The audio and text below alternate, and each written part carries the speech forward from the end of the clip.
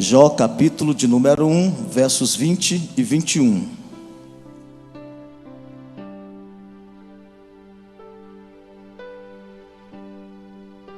O livro de Jó é classificado como um dos livros poéticos da Bíblia Sagrada, porque a sua composição, a sua estrutura está em forma de prosa, em forma de poesia, principalmente do capítulo 3 até o capítulo 41. Os que encontraram o texto digam glória a Deus. Então Jó se levantou e rasgou o seu manto e rapou a sua cabeça e se lançou em terra e adorou. E disse: Nu saí do ventre de minha mãe, e nu tornarei para lá. O Senhor o deu e o Senhor o tomou. Bendito seja o nome do Senhor. Amém. O livro de Jó, ele vem tratar de uma questão, de um assunto problemático, tanto para a filosofia como para a teologia. O problema do sofrimento na vida daquele que serve a Deus e é fiel. É uma pergunta que atravessa séculos. Por que o justo sofre? E o ímpio, que não teme a Deus, às vezes a gente tem a impressão que ele está se dando bem. E isso tem trazido amargura e decepção na vida de muitos cristãos. O salmista Asaf, um salmista músico, ele compõe um salmo só para tratar dessa problemática. É o salmo de número 73. E ali Asaf, ele é bem sincero. Ali no verso 1 até o 5, ele escreve e diz: verdadeiramente bom é Deus para com Israel, para com os limpos de coração. Quanto a mim, os meus pés quase que se desviaram. Pouco faltou para que escorregassem os meus passos, pois eu tinha inveja dos soberbos ao ver a prosperidade dos ímpios. Porque não há apertos da sua morte, mas firme está a sua força. Não se acham em trabalhos como outra gente, e nem são afligidos como outros homens. Nos versos 12, 13 e 14, ele continua e diz assim: eis que estes são ímpios, e todavia estão sempre em segurança, e se lhes aumentam as riquezas. Na verdade que em vão tenho purificado o meu coração e lavado as minhas mãos na inocência, pois todo dia tenho sido afligido e castigado cada manhã. No verso 16 e 17 ele fala assim: quando eu pensava em compreender isto, fiquei sobremodo perturbado, até que entrei no santuário de Deus. Então entendi eu o fim deles. Quando ele entra na casa do Senhor, ele recebe a revelação de Deus. Ele vai entender aquilo que diz Salomão em Eclesiastes 7, verso 8, que o fim das coisas é melhor do que o princípio delas. A grande questão não é como se começa, é como se termina. Talvez você esteja enfrentando situações em que você se sente um derrotado, talvez injustiçado. Mas escuta uma coisa: quem disse que essa história já chegou ao seu final? A história ainda não terminou. Deus ainda está escrevendo a biografia da tua vida. E nas linhas finais, Ele já escreveu que tu és mais do que vencedor, mais do que vitorioso. Você crê nisso? Levante a mão e adore a Ele esta noite. O livro de Jó começa, capítulo 1, verso 1, trazendo para a gente uma apresentação sobre Jó. Quem era Jó? E o verso 1 vai dizer que havia um homem. Jó não aparece aqui como um gigante, um herói, um anjo ou um semideus, não. Ele é um homem. Ele habita na terra de Uz. Portanto, Jó não era um descendente de Abraão. Ele não era um judeu piedoso, porque a terra de Uz ficava na região da Arábia. Era uma terra pagã, idólatra, de muitos deuses. Mas na contramão daquela cultura, Jó adora o Deus vivo e verdadeiro, e faz a diferença. A vida de Jó vem provar que o homem não é produto do meio, não é o meio que influencia o homem e a mulher de Deus, não. É a mulher de Deus que influencia o ambiente e o meio no qual ele vive. O poder não corrompe. O poder revela os corrompidos. O verso 1 ainda diz que Jó tem qualidades morais e qualidades espirituais. Ele é sincero, reto, teme a Deus e se desvia do mal. O verso 2 vai apresentar a maior riqueza na vida de um homem: a sua família. Diz que nasceram-lhe 7 filhos e 3 filhas. Jó era fértil e fecundo. O verso 3 vai mostrar as riquezas de Jó. Ele tinha 7.000 ovelhas, 3.000 camelos, 500 juntas de bois, 500 jumentas e muita gente ao seu serviço. Ali a partir do verso 4, ele é maior do que todos em todo o Oriente. Ou seja, Jó é o homem mais rico em todo o Oriente.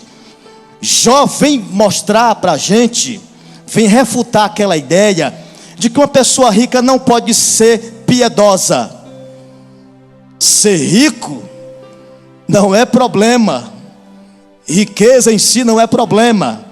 Ninguém é condenado por ser rico e nem salvo por ser pobre. Ser rico não é defeito e ser pobre não é virtude.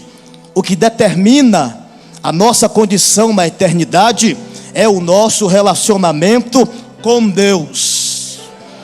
A Bíblia diz que riquezas e glórias vêm de ti, do Senhor. É Ele que fortalece as nossas mãos para adquirirmos riqueza. Glória ao nome dele para sempre. Mas ali no verso de número 5 vai mostrar a união dos filhos de Jó. Eles se visitam, eles celebram com alegria, fazem banquetes, cada um no seu dia. E quando termina aquele rodízio de banquetes, Jó exerce o sacerdócio do lar e leva os seus filhos ao altar de Deus e oferece por cada um deles holocausto. Talvez tenha um pecado no seu coração. Apesar de Jó ser um rico pecuarista, ele tem tempo para os filhos. Ele investiu o melhor do tempo para a família. Jó, ele soube equilibrar as coisas, porque melhor do que presentes é a presença do pai e da mãe. Mas no verso 6 a cena vai mudar, o cenário muda radicalmente, do andar de baixo para o andar de cima, da reunião de Jó com seus filhos para a reunião de Deus com seus filhos. A nossa vida é como uma casa de 2 andares. Tem o andar de baixo, que é esse mundo que a gente nasceu nele, que a gente vive. Aqui a gente vê, ouve, toca, anda. Parece que tudo está claro. É esse mundo físico, visível, mas tem o andar de cima. É o mundo espiritual, é o mundo invisível aos nossos olhos. Ali estão Deus e Satanás, anjos que nos guardam e demônios que nos atacam. Existe muita coisa que acontece aqui no andar de baixo da nossa vida, que é resultado das movimentações do andar de cima, do mundo espiritual, do mundo invisível. E ali os filhos de Deus, os anjos do Senhor, se apresentam diante dele. Satanás também, como anjo caído, mas é anjo caído, se apresenta também e inicia um diálogo entre Deus e o seu opositor. Deus pergunta: de onde você vem? E ele diz: de rodear a terra e passear por ela. E Deus faz questão de falar das qualidades de Jó. É Deus que enaltece e destaca as qualidades de Jó. Observe que no capítulo 1, verso 1 de Jó, que segundo a tradição judaica, foi Moisés que escreveu o livro de Jó. Ali no verso 1, ele apresenta apenas 4 qualidades em Jó: sincero, reto, temente a Deus e se desvia do mal. Mas quando Deus vai falar das qualidades de Jó, Deus não vê em Jó 4 qualidades, Deus vê em Jó 5 qualidades. E a primeira qualidade que Deus destaca em Jó é essa: observaste tu o meu servo, o meu servo Jó. Deus não busca, queridos, aparência, títulos. Deus busca servos verdadeiros, servos fiéis. Aleluia! Ele é sincero, reto, temente a Deus, se desvia do mal. E o diabo vai fazer o papel de acusador. O diabo acusa Deus e acusa Jó. Acusa Deus de subornar Jó com bênçãos. E acusa Jó de ter uma fé utilitarista, uma fé interesseira. Olha, tu abençoa aquele homem, tudo que ele toca vira ouro. Você cercou de bens ele e a sua família. Então, Jó não te serve por teu caráter, por aquilo que tu és, mas por aquilo que tu podes dar a ele. Tu está subornando. Isso é um jogo, uma troca. Quer ter certeza? É só tocar nos bens e na família de Jó. Eu tenho certeza que a máscara de Jó vai cair. O caráter dele vai ser revelado. A adoração dele não é sincera. Então Deus diz assim para o diabo: tudo bem, está na tua mão os bens e a família de Jó, mas não toca na pessoa dele. E o diabo sai da presença de Deus. E todo mundo conhece a história de cós salteado.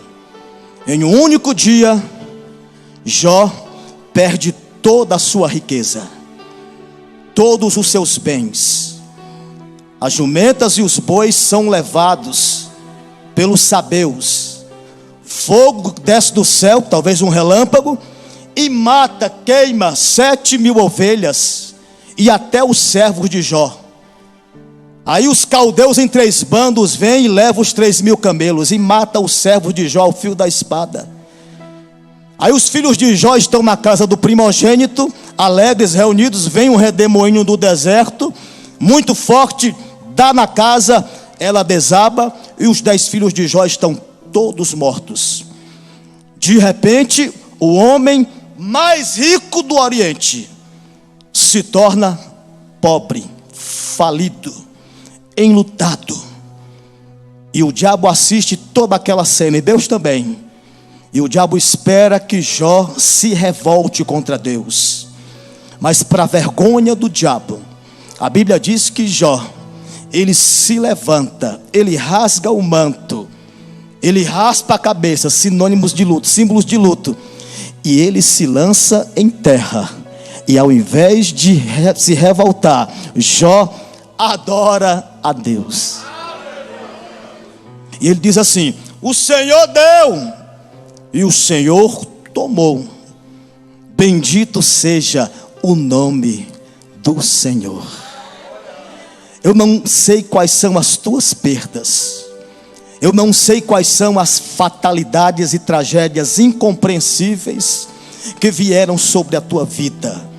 Mas eu quero te dizer nesta noite que não adianta você murmurar, reclamar, questionar.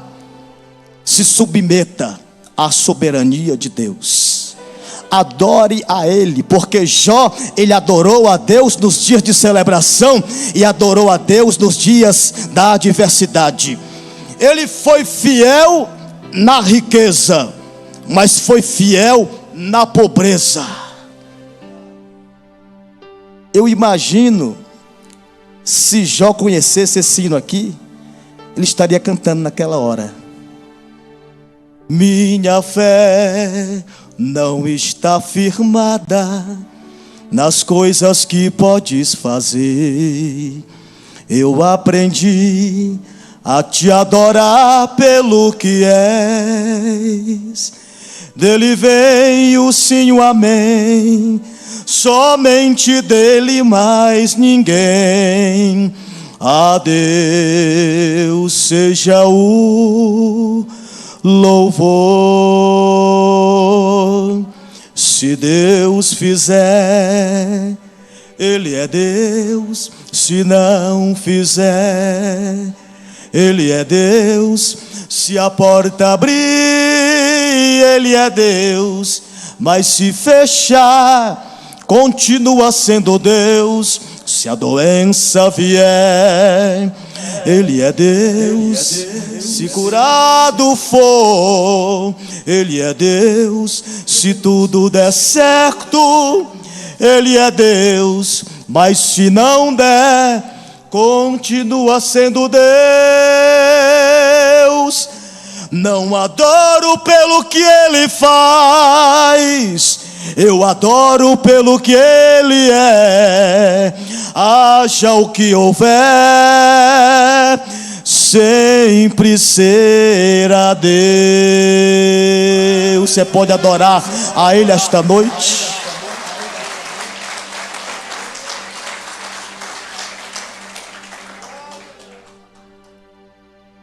O diabo volta à presença de Deus. E Deus diz assim: você viu o meu servo Jó? Continua fiel.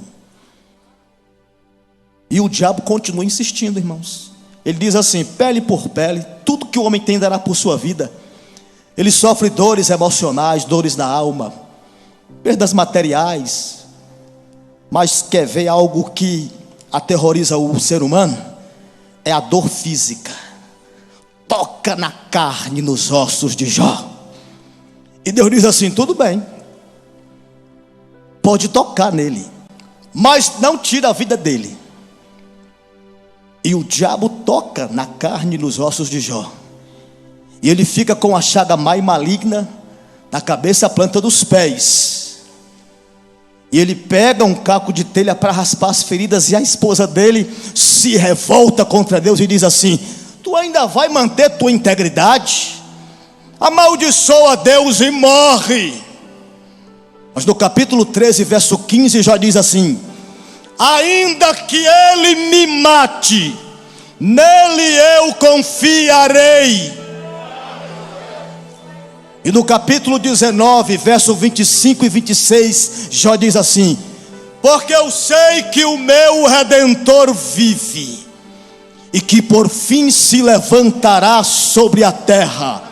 E depois de consumida a minha pele, ainda em minha carne verei a Deus, o teu Redentor vive. Escuta, Ele vai se levantar ao teu favor, vai remover o teu cativeiro, vai mudar a tua história, vai reescrever a tua história. Se você crê nisso, levante a mão e adore a Ele. Aleluia. Observe que Deus é quem tem tudo sob controle. Ainda que o diabo se insurja contra nós, ainda que Deus permita que o diabo toque em nós e nos ataque, escute uma coisa: não tenha medo.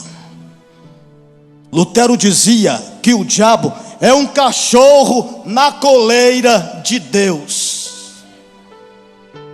Deus colocará limites, Deus trabalhará os propósitos.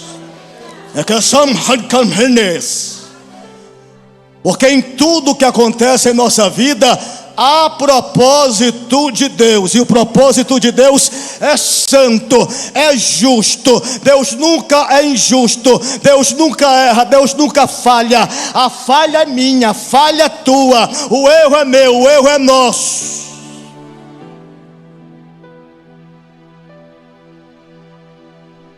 Tocou em Jó, mas não conseguiu tirar de Jó a fé, a adoração, a convicção de que ainda que Deus não nos fale nada, a gente precisa acreditar e confiar na providência dele. Escuta uma coisa: Deus não desperdiça sofrimento na vida dos seus filhos. Sofrimento na vida do crente não é castigo, é uma pedagogia de Deus. Sempre tem um fim proveitoso. Aleluia! O sofrimento é o polidor do nosso caráter, é o cinzel do artífice divino. Do capítulo 3 até o 37, o livro de Jó, você vai perceber ali aquele diálogo, aquele debate entre Jó e seus amigos. Ele faz Bildade e Zofar pensavam que eram amigos de Jó. Jó até pensava que tinha amigos, mas amigos de verdade, queridos, são revelados exatamente nos tempos da crise. Amigos de tempo bom é fácil a gente ter, mas quando você passa pela fase do inverno, da luta, da escassez, aí é que você vai descobrir que os verdadeiros amigos não são aqueles que atiram flores. Amigos são aqueles que ajudam a tirar os espinhos. Ele faz Bildade e Zofar, se reúnem, vamos consolar o nosso amigo Jó. E quando eles se aproximam e veem Jó, não o reconhecem. Jó está irreconhecível. Ele está na cinza, no pó. Ele está cheio de chagas. A sua carne apodrece. O corpo dele exala mau cheiro. E aqueles que haviam ido para consolá-lo ficam em total silêncio. 7 dias de silêncio.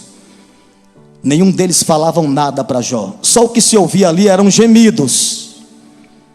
Há momento em nossa vida que até aqueles que se consideravam, ou que nós considerávamos os melhores amigos, tentam nos ajudar, mas não conseguem. Não fique magoado com isso. Se alguém tentou te ajudar ou não tentou te ajudar e não deu, não conseguiu, não fique magoado. Aprenda uma coisa, que tem coisas que só Deus vai fazer por nós. Ninguém vai conseguir a não ser Ele. E tudo que acontece em nossa vida é pela permissão de Deus. É o que diz um hino muito lindo: cada lágrima, permissão de Deus. Cada perda é permissão de Deus. Cada conquista é permissão de Deus. Cada vida é permissão de Deus. Cada morte é permissão de Deus. Nada além mais vai acontecer no teu viver além do que Deus preparou para você. Esqueça os porquês, também os talvez. Só saiba tudo o que te aconteceu foi permissão de Deus. Esqueça os talvez, esqueça os porquês. Você fica se martirizando. Talvez se eu tivesse feito assim, não teria acontecido dessa maneira. Eu quero entender o porquê. Jó também queria entender. 15 vezes Jó pergunta: por quê? Por quê? Por quê? Por quê? Aí eu aprendo que os porquês não nos pertencem. Os porquês pertencem a Deus. E os para quê pertencem a nós. Do capítulo 3 ao 37, nós vamos perceber Jó Elifaz, Bildade, Zofar e Eliú. Os amigos de Jó querem uma explicação, Jó também quer. O porquê das perdas, o porquê do sofrimento na vida deste homem.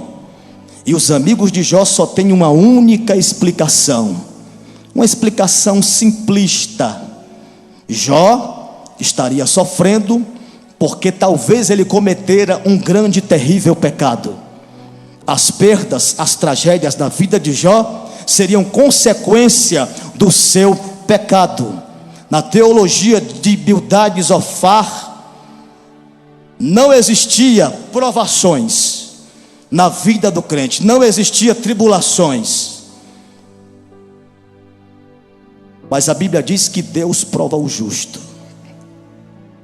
Jesus disse em João 16:33: tenho-vos dito isso para que em mim tenhais paz. Tenha paz, não se perturbe, querendo entender o porquê das aflições. Jesus disse: no mundo vocês vão ter aflições, mas tenha um bom ânimo, eu venci o mundo. Glória ao nome do Senhor. Nós aprendemos no livro de Jó que na nossa vida tem sim, irmãos, luta, tribulação, aflição, provação. Vem enfermidade, vem a morte, acontece tanta coisa. Estamos debaixo deste sol, estamos sujeitos, mas tem uma coisa: depois da batalha, o Senhor vai te coroar. Aleluia, glória a Deus. Jó se defende, Jó defende a sua causa. Jó sofre muito, perdeu os bens, perdeu os filhos, perdeu o apoio da esposa, perdeu a saúde, perdeu os amigos que o acusam. Só que o que mais mexe com Jó é o silêncio de Deus. Era o que mais machucava Jó. Por quê? Porque durante todo aquele processo doloroso, Deus não falou nada, nem antes e nem durante as suas perdas. Deus ficou no absoluto silêncio. É isso que tem te machucado. O céu parece de bronze, Deus parece que está insensível. Parece que Deus me desamparou, me abandonou. Mas tem um louvor bem conhecido que diz que quando ele fica em silêncio, é porque está trabalhando. Basta somente esperar o que Deus irá fazer. Quando ele estende sua mão, é a hora de vencer. Então louve, simplesmente louve. Tá chorando, louve. Precisando, louve. Tá sofrendo, louve. Não importa, louve. Seu louvor invade o céu. Quando ele fica em silêncio, ele está trabalhando. Ele não está inativo. Está sofrendo? Louve. Está precisando? Louve. Está chorando? Louve. Está sofrendo? Louve. Mas como louvar sofrendo, precisando, chorando? Não importa, louve. E o que é que vai acontecer se eu louvar a Deus, mesmo sofrendo, precisando e chorando? Acontece isso aqui, ó. Deus vai na frente, abrindo caminhos, quebrando a corrente, tirando os espinhos. Ordena os anjos para contigo lutar. Ele abre a porta para ninguém mais fechar. Ele trabalha para o que nele confia, caminha contigo de noite ou de dia. Erga suas mãos, sua bênção chegou. Comece a cantar com muito louvor. Levante a mão. Com muito louvor. Cante comigo. Com muito louvor. Com muito louvor. Com muito louvor, com muito louvor. Adore ao Senhor nessa noite. Com muito louvor, com muito louvor. Exalte ao Senhor nesta noite. Aleluia, aleluia, aleluia.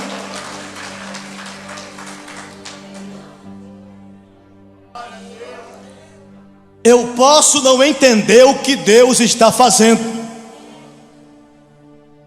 mas eu vou compreender Deus. Isso me faz me lembrar de Albert Einstein, quando ele andava pelas Américas e um repórter perguntou para a mulher dele: você entende a complexa lei da relatividade pela qual o seu marido é tão famoso no mundo todo?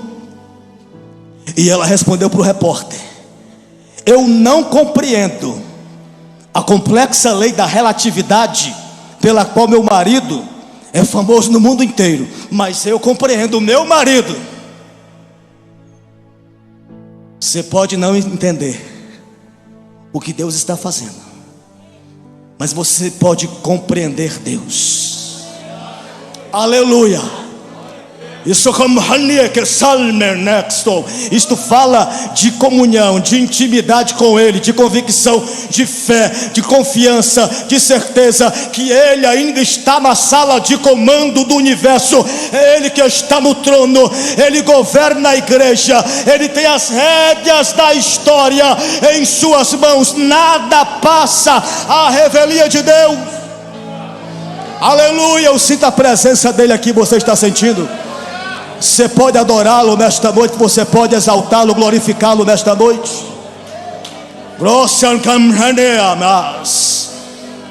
Qual é o tamanho do seu Deus?